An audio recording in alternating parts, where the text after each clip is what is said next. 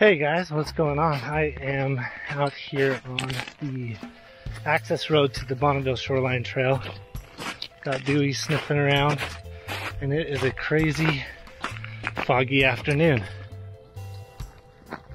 Anyway, I thought I'd take a quick jaunt up here. This is a normal walk for me and my dog, so this isn't really a unique hike like I normally do when I'm out and about, but I thought I'd take this opportunity to tell you guys the story, an interesting thing that happened to me a few videos back.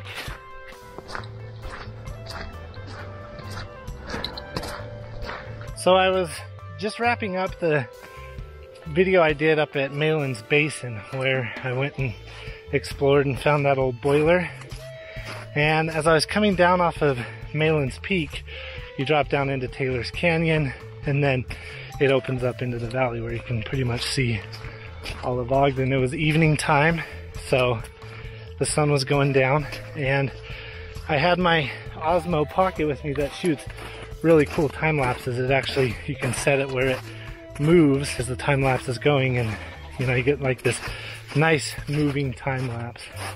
Yeah, while I was standing there waiting for the time lapse to take place, I think I set it for maybe 10 minutes, maybe longer, I can't remember. I could hear somebody yelling. Now, it was, I can't remember the date, I'll have to look it up. I'll post it right here because that's when I posted the video. But it was getting cold, there wasn't snow yet, and like I said, I could hear some yelling. Now I know in that area there are sometimes homeless people or people just kind of passing through that will stay in that scrub oak and build their camps and stay the night. So I thought maybe something was going on, you know, maybe it was an argument or someone just being loud. But it wasn't, you know, I could tell it wasn't just your typical hiker or kids just playing around up there. And as I was shooting that time lapse, I kept hearing someone yell, "Hey, can somebody help me? This thing hurts. Ah, get it off." Stuff like that.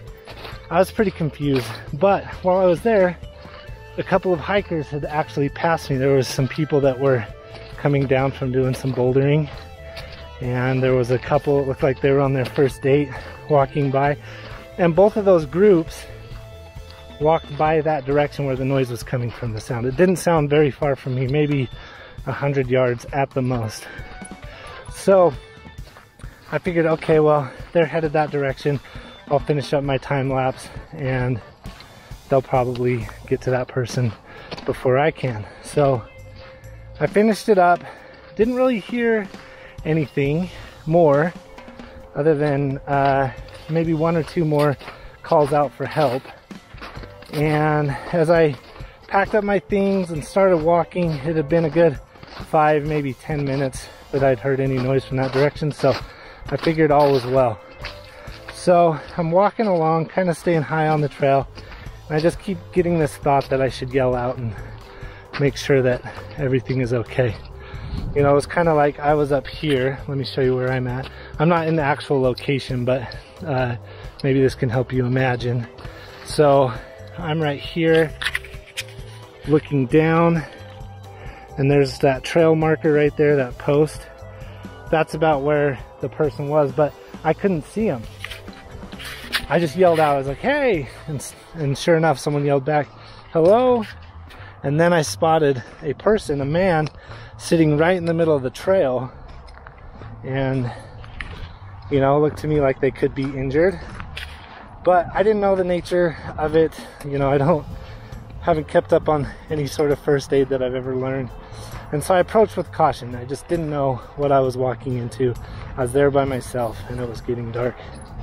So I walk up, I see the guy, kind of keep my distance, trying to play it safe, and I notice that he was all tangled up in just a regular kind of JanSport backpack, and I asked him what had happened, and he said he had fallen and the backpack got stuck around his neck, and so it was creating some pressure.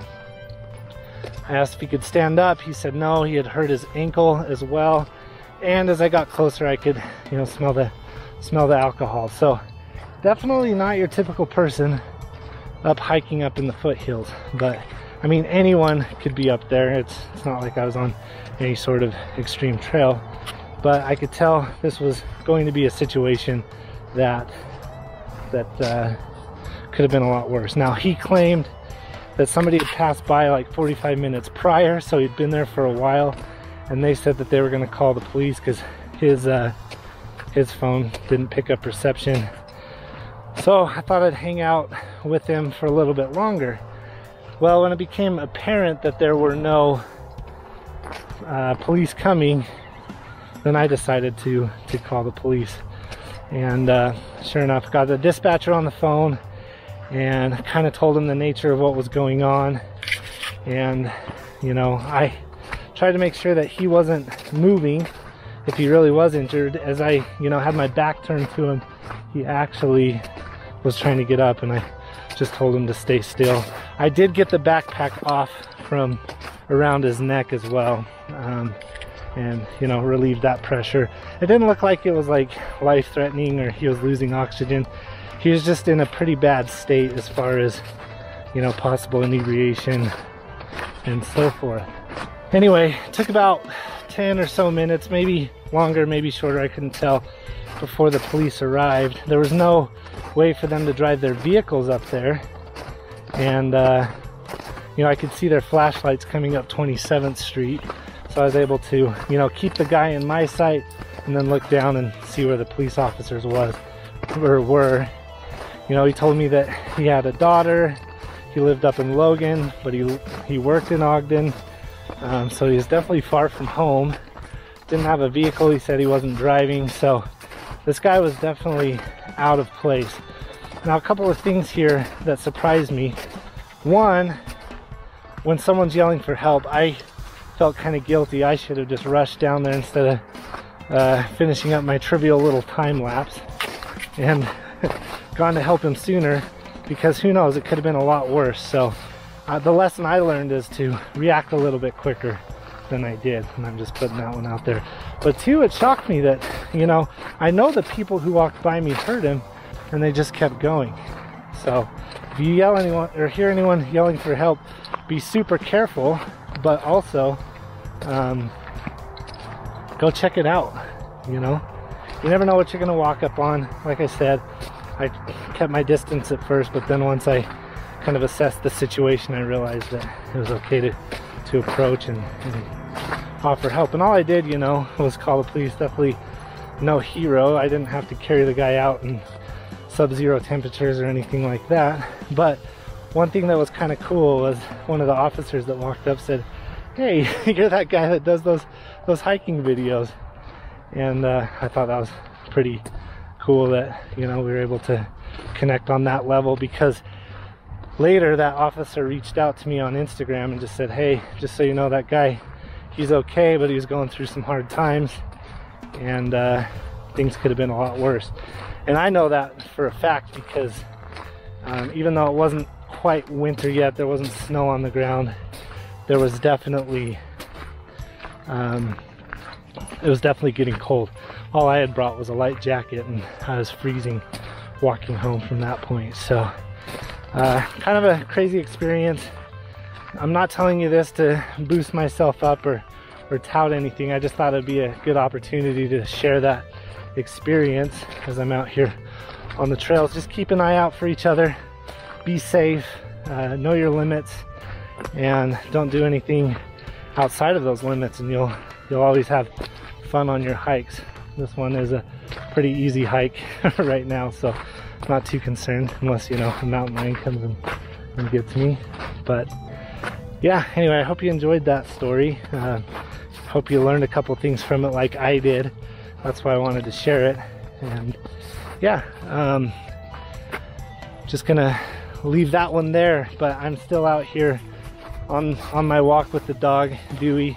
Sometimes I'll come across people and they'll be like, "Hey, you're the hiking guy." You know, I've had that happen on a few trails, but what's funny is they actually recognize Dewey before they recognize me, because he's so friggin' handsome, huh, Dewey? Dewey, hey bud. Anyway, we're just out here exploring. Look at this fog. I also brought my drone with me. This point that I go to just above Ogden Canyon is just outside of Ogden's Class D, Class Delta airspace. So I can fly it without, you know, any of the airspace restrictions. However, don't want to fly it too far away because this fog, you could definitely lose sight of it, and that's against the rules. So if you have a drone, know your rules.